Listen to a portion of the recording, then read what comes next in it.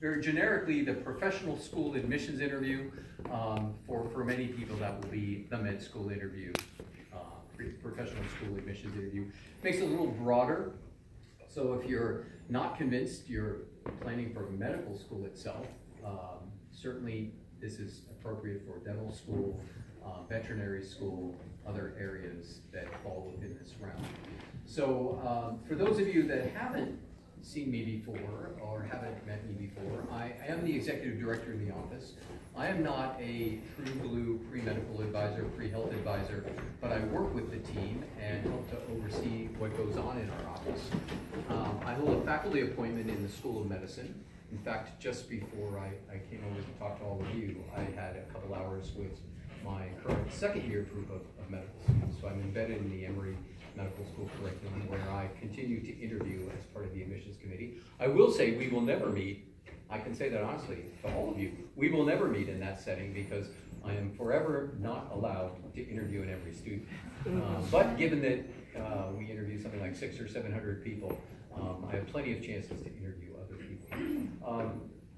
I also still practice medicine, so I showed you that video. I'm a pediatric nephrologist, so I take care of kids with kidney disorders and kidney diseases, and I practice through Children's Healthcare of Atlanta, both Eggleston and Scottish Rite.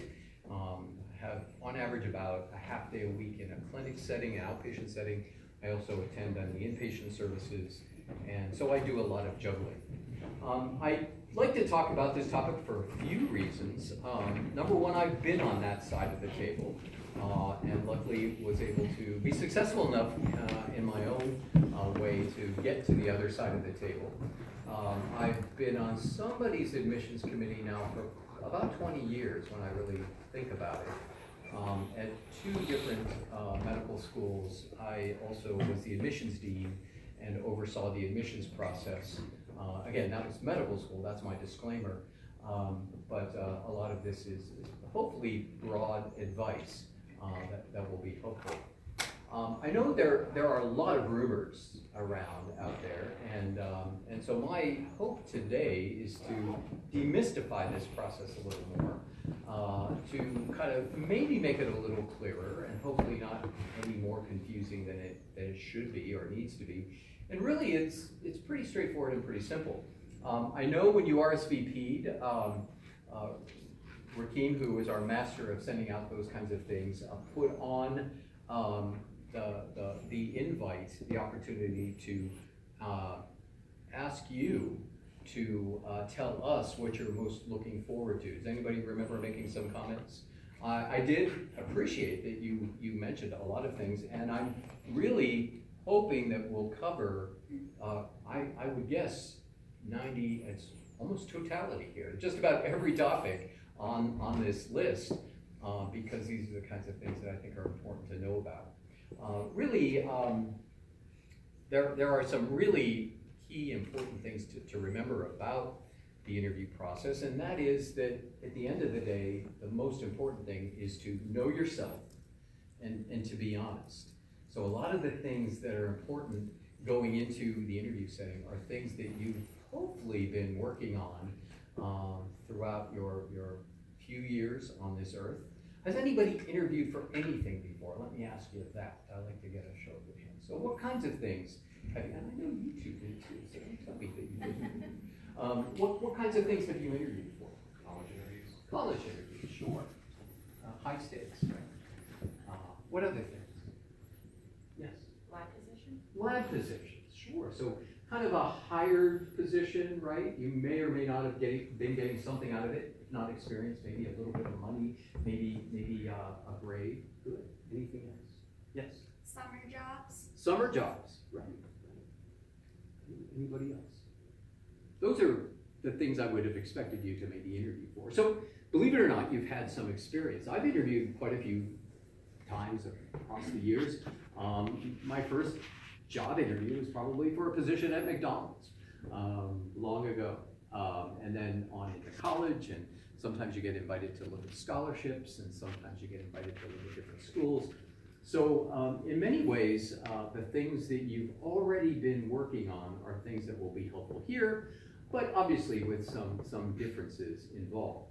I would say that it's very unlikely that you're going to have to spit out organic chemistry formulas and things like that. So let's get started.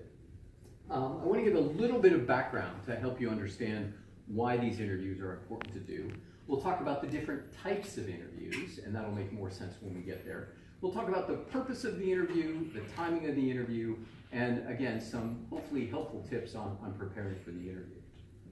So if we think about some background here, medical school interviews, and again, broadly professional school interviews, have really been a source of stress for those who apply to these programs for centuries. So again, while my paradigm is the medical school interview, you can broadly think about that to dental school, veterinary school, et cetera, et cetera.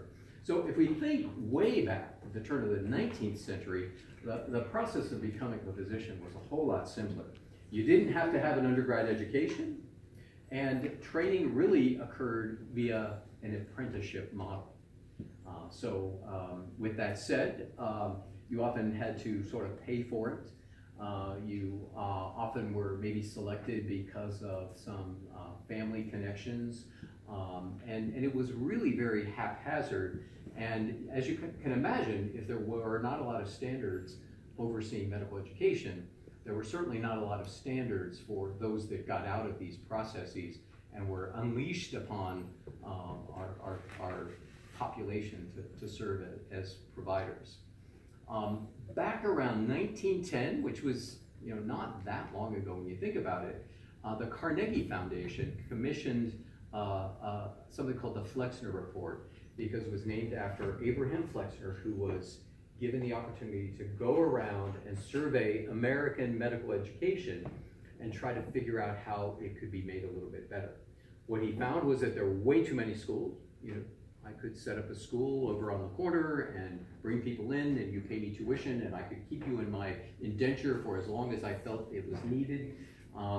And there was not a lot of prerequisite training. Now, on the other hand, science and medicine and the kinds of things that were available to learn at the undergraduate level from a prerequisite level were very limited in 1910 as well. But what he recommended set the tone for medical education in the 20th and now even into the 21st century. So he said that there should be at least some bare minimum requirements, a high school diploma and at least 2 years of college. Woohoo, right? And then when you got to medical school, there were going to be some more standards saying that the first 2 years, students who came in would study the basic sciences of medicine. What basic sciences do you think would be involved in medicine? Biology would maybe be a prerequisite, but what might for medical education be one of the basic sciences? Yes? Anatomy. So, and I have to say, what's interesting, when I went to medical school, I graduated about 30 years ago. My medical school and most medical schools across this country were very much still wedded to this model. So my first year included anatomy and physiology and biochemistry and behavioral science. My second year, we studied pharmacology, microbiology, and pathology. And then the second 2 years, we were unleashed upon the clinics, where we rotated through all the various and sundry specialties of medicine. So even back in 1910, this started to come into play. So that model remains what's still sort of the bedrock foundation for medical education today.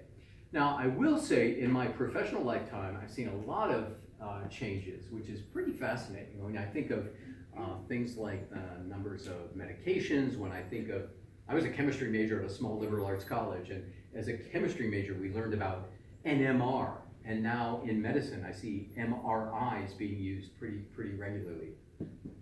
When I see how much computers play a part in our everyday lives, from your laptops out to my phone, that I can literally pull up my children's electronic record and co-sign notes or refill prescriptions, it's pretty amazing. So lots of things have happened. And I would say that schools have become more creative with their curriculum. And so instead of spending 2 years in the classroom like this, hearing from somebody like me preach to you, and then 2 years out in the clinic, you're going to find more hybridized curricula where often the basic sciences are interconnected and students learn physiology and pathophysiology at the same time. They learn about disease processes and the normal systems kind of simultaneously. And so with that said, a lot of the curricula have been shifted up and changed a little bit. And these things are often led by accrediting agencies. The accrediting agencies say, we need to spice this up a little bit. We need to make sure students aren't stuck in the classroom for just 2 years. They need to know the light at the end of the tunnel is not an oncoming train, but a reason to continue on.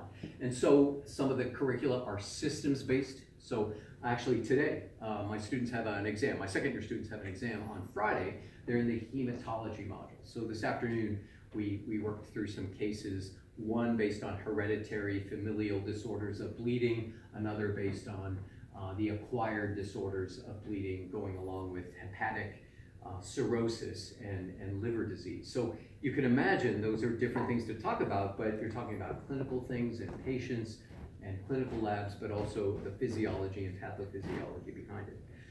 Many schools have independent study options where you might not have to go to the classroom at all. You can listen to podcasts or watch the lectures online. Some are problem-based curricula. Has anybody heard of problem-based learning? I was at Ohio State for a bit, and we at one point had a problem-based curriculum track. And students would literally start with chief complaint, cough, go. Tell me what you think might go on here.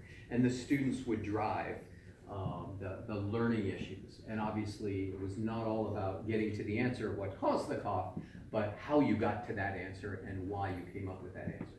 There's a lot of team-based learning. Now, we talk about this a lot in the PHMO. We are a team that are here to help you when you come in. I know we have at least a couple peer mentors in the office, in the audience. Did they leave? Oh, there they are. Our peer mentors are part of our team as well. These are people that will help you along. When we do these mandatory checkups, one of the first things you do is a group meeting, because we want to intentionally point out the fact that medicine is a team sport. You need to rely on each other. And some schools include those kinds of things in the curricular design. Some schools are community-based, some are academics, all are academic, but some are more university-based and others are community-based. So depending on the curricular design, obviously schools are looking for people that might fit into these kinds of settings. So again, you got to know yourself. It's not about just applying to how many schools, no matter the cost. It's about even figuring out, okay, I'm from the country and I know I don't want to go to the big city, or I'm from the big city and I know I have to be in a big city and could never live in a small town. So beware as you're looking at these programs and applying to these programs. The schools really do pay attention to their mission statements, and they're looking for people to bring into their classes who will help fulfill that mission. So know yourself and know that if there's a certain place you absolutely can't live, or absolutely will never go, or will never be maybe suitable for because of state residency, know that that can play a part in even the interview process.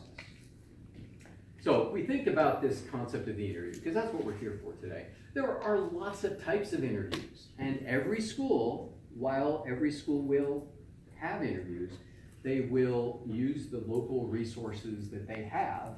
By resources, I mean faculty time, people to do the interviews, space, you've got to have room to make these interviews happen, and then varying expectations of those interviews based on what their admissions committee wants to see out of them. Some of the variations I mean to talk about are some of the one-on-one interviews.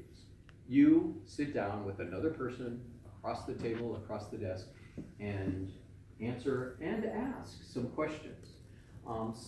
That's the sort of standard type of interview, and many of you who've interviewed for summer jobs or lab positions or maybe even college are probably used to those kinds of interviews.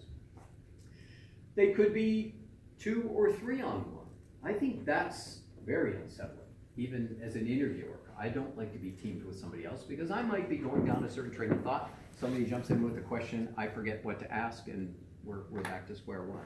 And certainly for the person being interviewed, that's a little bit unsettling. Who do I make eye contact with, and how much is enough and how much is too much? There could be panels. Maybe I've been in one setting where there were 3 of us interviewers against 5 interviewees on the other side of the table, and we just had a discussion back and forth. So those are some variations. They can be very structured, or they can be unstructured. What do I mean by that? And we'll go into more detail here. But the structured ones are ones that everybody wants to know certain answers from every single person that's seen. Unstructured, structured is a little bit more open-ended. Conversational versus interrogational. Obviously, I think most people can understand what it's like to be in a conversation versus what it's like to be interrogated by somebody. I think sometimes even what's supposed to be a conversational interview can seem, from the interviewee's side of things, as being interrogational, but know about that. Now, there are MMIs, and I know a few people asked about MMIs in some of the comments. We'll touch on this a little bit, but we are having some workshops very soon to actually give people some experience in the MMI. MMIs, in a nutshell, are multi-mini interviews. Has anybody heard of these? Let me ask. Most people have. A lot of schools have started to do them. And in many ways, I think of them, and all of you, if you're in this room and thinking about this process, you're used to taking science classes. So I kind of think as MMIs as being almost like a lab practical for interview skills. You rotate from station to station to station. At each station, you have a time limit. You have usually a couple minutes to read a scenario and a few more minutes to discuss it with the person in the room. And then the bell rings or the buzzer sounds and you move to the next station. So again, many students do get the opportunity to participate in MMIs. These interviews can be conducted by a lot of different people at the school. Certainly faculty are most certainly involved. Some of those faculty may be actual members of a committee that will have potential to vote. Some of them are people who are brought in just to do interviews, to be giving an open-ended, honest appraisal of the time you had. Sometimes students, medical students, are involved. And then often it's combinations, especially in some of these panels or 2-on-1s, that sort of thing. I will say, even if not officially part of an interview, everybody you meet at that institution technically may be a bit of an ad hoc interviewer. So in other words, every administrative assistant, every program coordinator, every secretary, every assistant, every person you meet around the building on your tour, if you're rude or disrespectful, might have the opportunity to say something to somebody. So be on your best behavior. So the timing of these interviews, they tend to take place over about half of the calendar year. And this time is about to start. I do know from some of the comments that were sent in that a few people have some interviews scheduled, and that's great. Typically, those of you that know the application process or are in the application process know that this is a long, protracted experience. You start with us getting ready for a composite letter, if you're doing that, really January, February of the year before you intend to start. You start over the summer, couple months ago, sending in those primary applications. Then you fill out the secondary applications, and then you wait a bit. Well, what's happening in the summer is that the schools are, number one, getting ready to bring in a first-year class that just started. They're taking a breather over that 6 months of interviewing that they just did. People are taking vacation. Some students might be off on summer breaks, so the people that might interview you or the people that might be your tour guides or your overnight hosts are not around.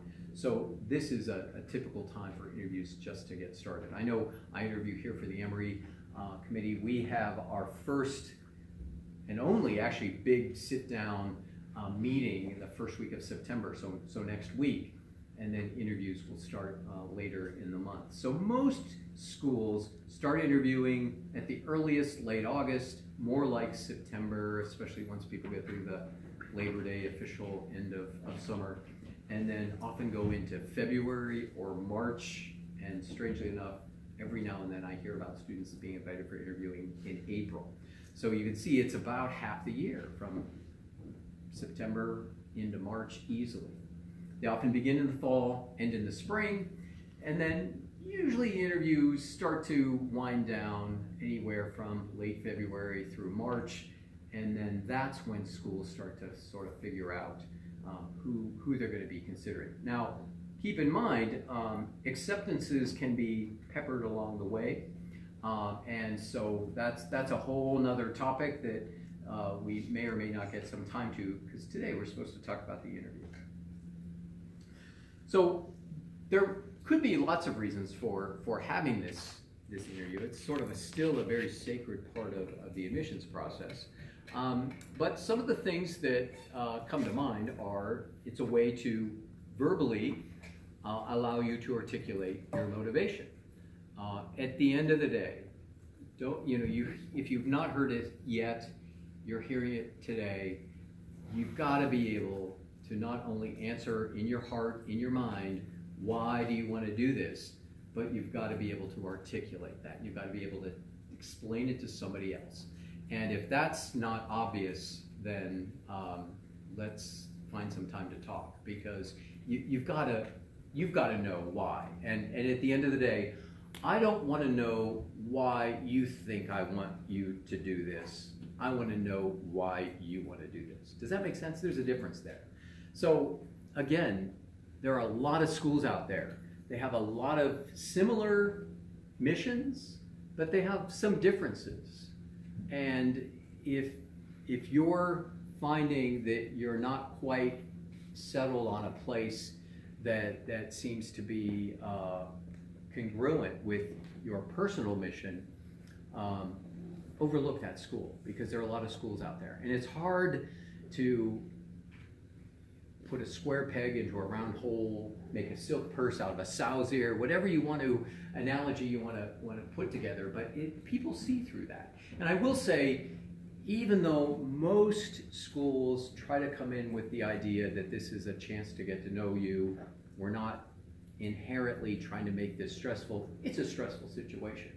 And in those kinds of settings, who's taking chemistry? Yeah. Has anybody ever used a crucible in an experiment? What happens in a crucible? Why do you use a crucible?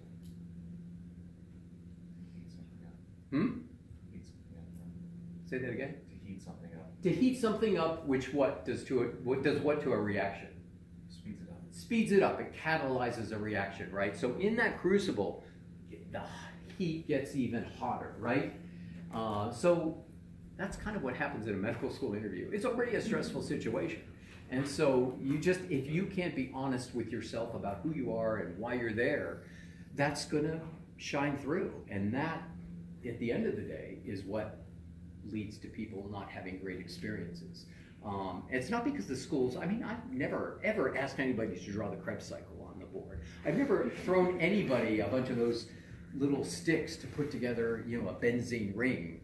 I've never asked anybody to, sort of spit out, all of the different genus and phyla and species of organisms. No, people want to know what you're about. It's a place to assess your communication skills. Why? Because I've told you about some of these hybrid curricula. Our medical students, and like medical students across this country, are put in front of standardized patients to be assessed, put in front of their peers to do role modeling and role playing, put in front of attending physicians and resident physicians to talk about patients. And if you can't communicate with one person in a room, that's gonna show through. So think about the experiences you've had. I know you all participate in activities around here. And some of them are lab experiences, and some of them are volunteer experiences, and some of them are clubs, and some of them are varsity sports, and some of them are intramural sports. Think about these as preparation for this process. So it's a chance to also assess your interpersonal skills, to address some of the application materials.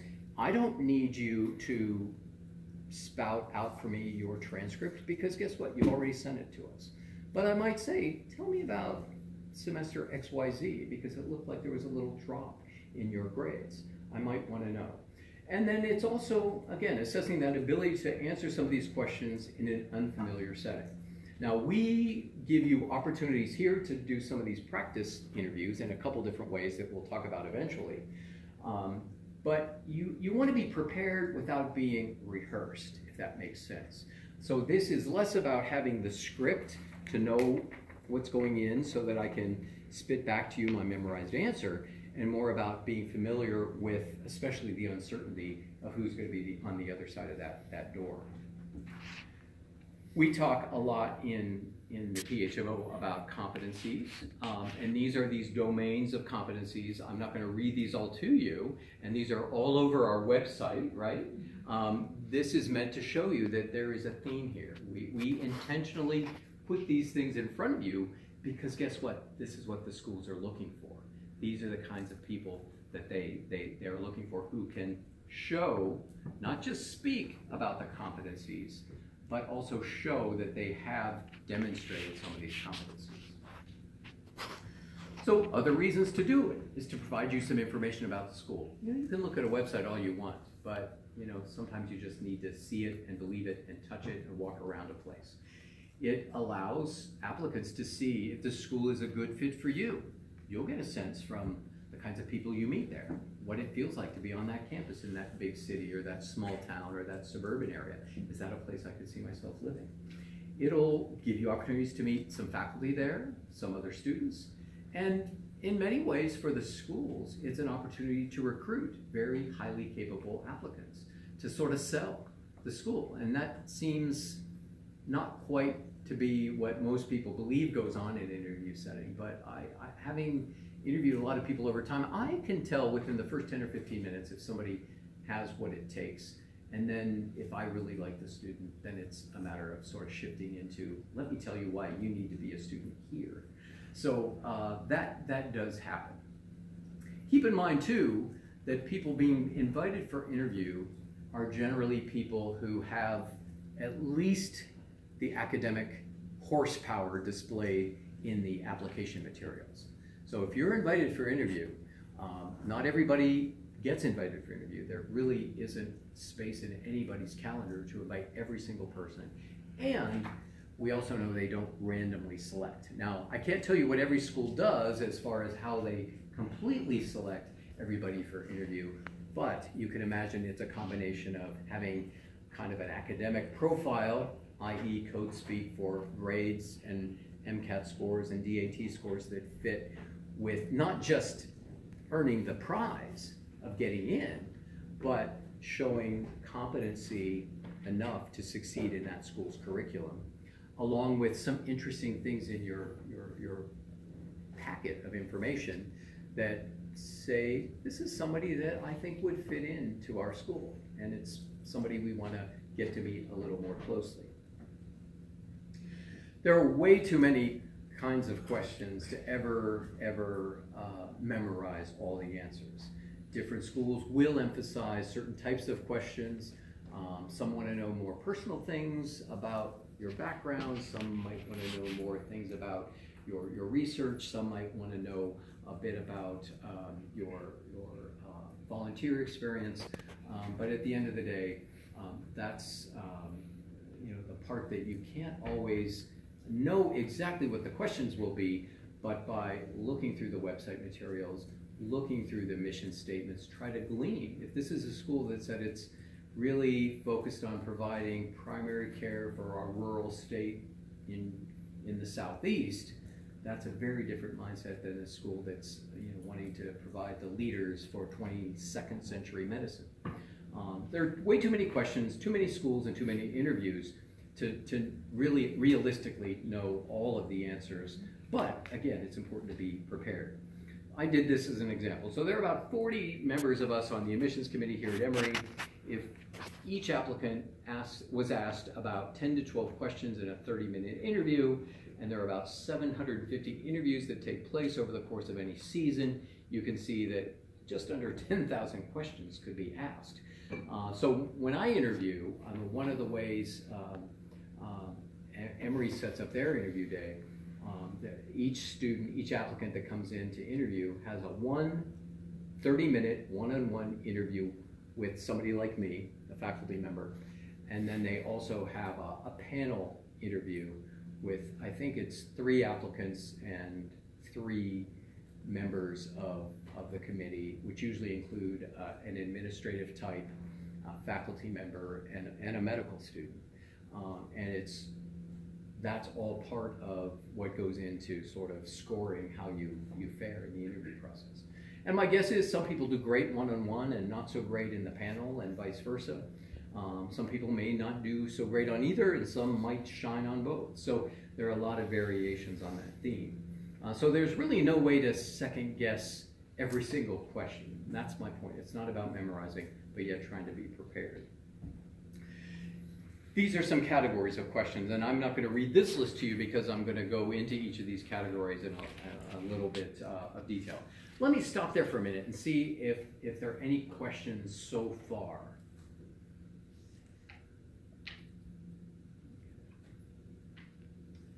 Now, I know a few people were willing to say they've had interviews. In your experiences interviewing, what kinds of questions do you think stood out as being, say, expected questions? So you mentioned a college interview. What maybe was like, well, that's not a surprise at all that I would be asked that? What do you want to study? Okay, so question, what do you want to study? How about go ahead. A lot of time they ask why you wanted to go to their institution. Okay, I think that's you expect that, right? You mentioned the job interview. What kinds of? Like why you feel you would be a good fit for that specific job. Mm-hmm. And certainly if you were applying to be a lifeguard, you have to have a certain set of skills as compared to maybe a lab position, right? So what about in those settings where there, and this is open to anybody, any unexpected or surprise kinds of questions? Yes? I think like, tell me about yourself was always like a pretty, like kind of takes me back a little bit. Okay, Yeah. Tell me about yourself, because it's like, okay, where do I begin? Yeah. 4:42 on Monday, August 28th, 1961, it all started. Anything else that was a surprise? Yes? Tell me about a time you failed and how you responded to that failure. Okay. Everybody hear that? Because again, is there one right answer for that? No. Is your right answer the same as her right answer, the same as his right answer? No. And it's often less about the answer and more about how you got there. And part of that is, again, and that's what we'll go through, there are times when these very ambiguous, seemingly unanswered questions come up as something you really do have to answer. And if all you can do is squirm in your seat and get red and start sweating, that's going to be of some concern, because there are plenty of other people that won't. I can tell you that. So, and